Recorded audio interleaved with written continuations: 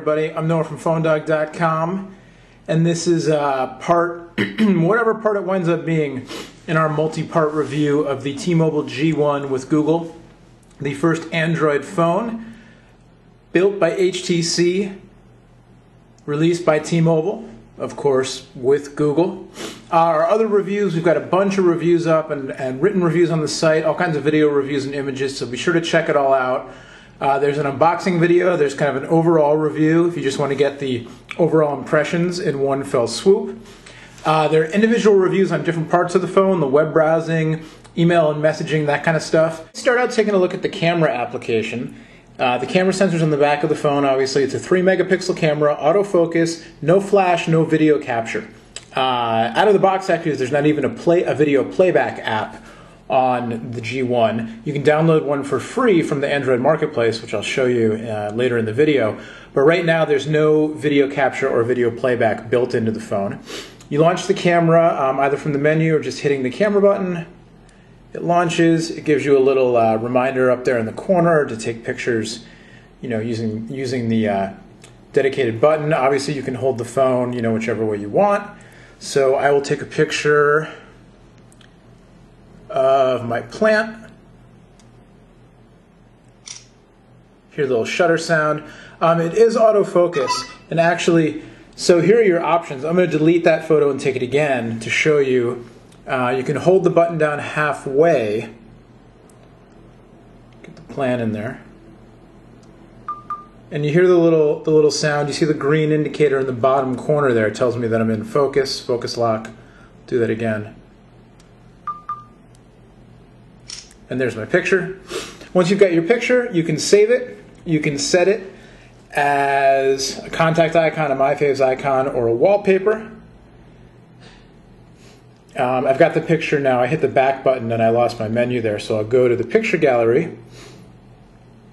And you can see all the pictures I have here. If I open the keyboard up, it goes to widescreen mode. So here's the picture I just took. And I can hit the button. I was trying to swipe there, it doesn't swipe, but I can hit the button to go through my photos. See, I've taken a bunch in the past couple of days. A lot of them were taken in my office where the light wasn't so good. Here's one taken outside. I can zoom in. Once I'm zoomed in, I can drag it around. I can zoom out. You can hold the button to zoom more rapidly. There's a menu for the actual photo gallery here. You can go slideshow. You can flip the orientation. So you can look at them widescreen without opening the keyboard up. You can rotate the photos.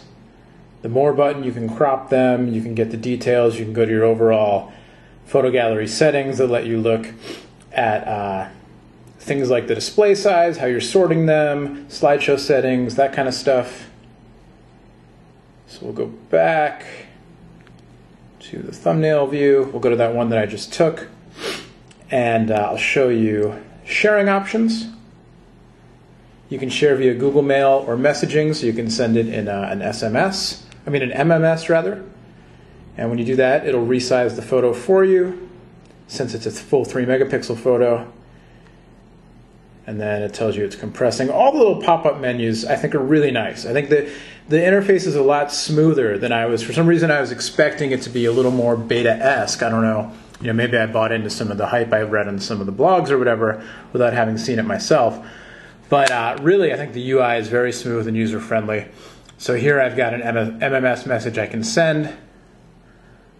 I'll go back and it will discard, which is fine. And we'll go back to the photo here. We'll hit the menu.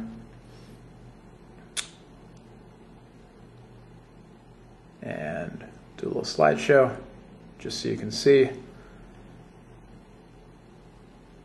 And I'll show you something kind of cool. That last photo you saw, the goofy one of me with my, that one. If we go to the home screen, I've set that as my wallpaper. And one thing that's really kind of cool is that it has this 3-screen home screen, so you can set up your shortcuts on more than one screen. and it automatically set the photo I took to span all 3 home screens, which is one of those silly little things that's just really cool. So I've got, my main home screen with my clock and most of my shortcuts. I've got this, second home screen, the one off here to the right with my Google search. And then I've got this one with a picture frame that I added. And you can see it spans like a panorama across that whole photo, which is just kind of neat. The fact that it's a photo of me and I'm scrolling over it is really vain and ridiculous. But the actual just geekiness of it scrolling across is just really pretty cool. This is the picture frame thing. And basically you can just have it keep a little thumbnail of a picture on your home page there. So I'll get this one I took at the pizza shop next door. I don't know why people eat at Domino's in my neighborhood, because there's a great local pizza shop, R&L, like 2 blocks away. Always makes me upset when I see people eating at Domino's. But this picture came out kind of well. So I'll hit save. You can choose what part you want. And there you go. It shows up in your little photo frame. So then you can hit the, on the home screen, you can do the long touch. And you can add a widget, picture frame. I'll do another picture of my plant. And you can't change the size because the picture frame is a set size so far as, oh, you can. I didn't think you could. Look at that. You learn something new every day, kids. So I'll get that whole photo in there and I'll save it. And now I've got a second photo and I can long touch on it, grab it, move it around, cover up my head. And now I've got. So that's kind of cool with this triple home screen thing. If you want, you can have your wallpaper, but then you can have like a little mini photo album there of, your pets and your children, or if you're like me, your plant and the pizza shop you hate. But here's a quick look at the photo capture and photo gallery applications on the G1. All right, and last but certainly not least, a look at watching videos on the G1. If you want to see coverage of the YouTube app that's on the G1, check out our video where we talk about the web and web browsing and all that kind of stuff, because that covers the G1. I'm sorry, the YouTube player on G1 in more detail. You can check it out. Here's a little preview, and it's pretty nice. You'd think it would be since Google owns YouTube. They'd want to make their G1 video or Google app nice. G1 YouTube app. I'm getting all my words mixed up. But you can check that out in more detail on the other part of our review, which is online now. But I'll show you real quick the video player. Now the G1, like I said, does not come with a video player app installed. Instead, there's one available now in the Android market, which we'll also get into in more depth on another video. And here it is, video player version 0.1 by Jeff Hamilton. It's a beta. And as you can see, it plays video files off the SD card. It supports MPEG-4s and 3GPPs. 3GPP is a mobile video format. And it supports H.263 and 264 video codecs. So it's a little bit restricted in terms of what it does, but it's a beta, it's free. You would assume that, Google, they're putting a lot of faith in the developer community and the Android market and stuff. You would assume that a more robust video player will be coming, whether it's an official version of this one or a different one. But at any rate, I downloaded and installed it for free from the Android market. I exported a video on my computer to the proper format and codec and stuff, put it on the micro SD card, the slot for which is right here, hidden, kind of hidden away behind this little plastic cap. So it's kind of nice because it is hot swappable. You can access it while the phone's on. Just comes right out. It comes with a 1 GB card in the packaging, pre-installed. But you can hot swap it while the phone's on, no problem. But then the cap is kind of tucked away under the keyboard, which makes it a little more secure. And so we'll go to the video player app. And I may not have loaded my card in time there. There we go. So my G1 unboxing video, a little teaser, so you can go watch the other video that I did. No menu settings on this app right now. Again, it's just a beta. It's not an official thing. This is interesting because it says to me I can complete it using Movies, and it has the same icon as the music player, or using Video Player. So I don't know. I hit Movies before and it worked, so I'll hit it again. And there's my video. You can see a little bit of blockiness, but on the transitions, but video playback smooth. But it's still a party. Why is it a party? If I touch the screen, oh, it's a G1 party. Yeah, it's a little wonky.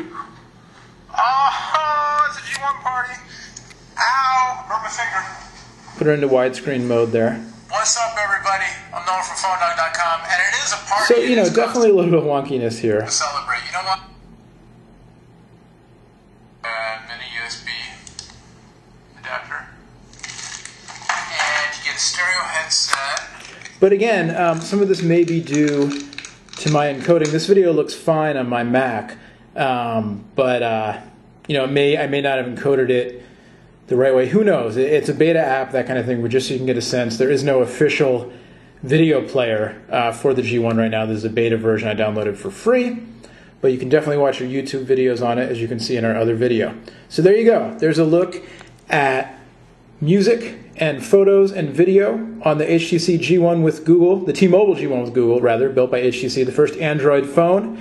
There's much, much more on this phone over on PhoneDog.com. Look at that. It's pretty slick, I have to say. There's more videos, pictures, on, you know, written blogs, written reviews, all kinds of stuff, so check it out. And definitely let us know what you think, especially if you've got one of these. We heard they shipped early, so you might even have yours now.